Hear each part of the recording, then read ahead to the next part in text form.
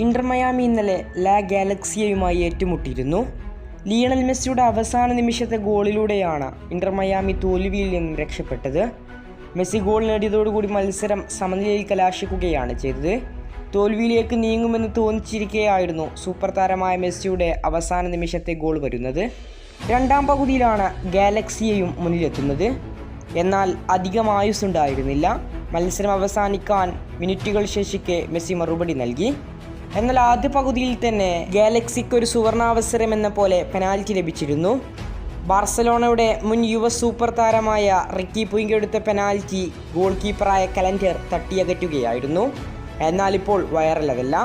Ricky പുയിങ്ക് അല്ലെങ്കിൽ തൻ്റെ ഒപ്പം കളിച്ച മുൻ ബാർസ യുവതാരമായ റിക്കി പുയിങ്ക് പെനാൽറ്റി എടുക്കുന്നതിന് മുമ്പ് മെസ്സി തന്നെ കീപ്പർക്ക് തൻ്റെ വിരലുകൊണ്ട് സ്ഥലം കാണിച്ചു കൊടുക്കുന്നത് കാണാം.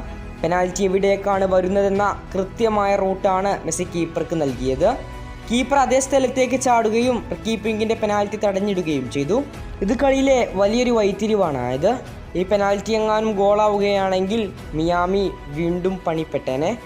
ഏതായാലും മെസ്സിയുടെ ഈ ബുദ്ധി ഇപ്പോൾ ഫുട്ബോൾ ലോകത്ത് വളരെ വൈറലാണ്.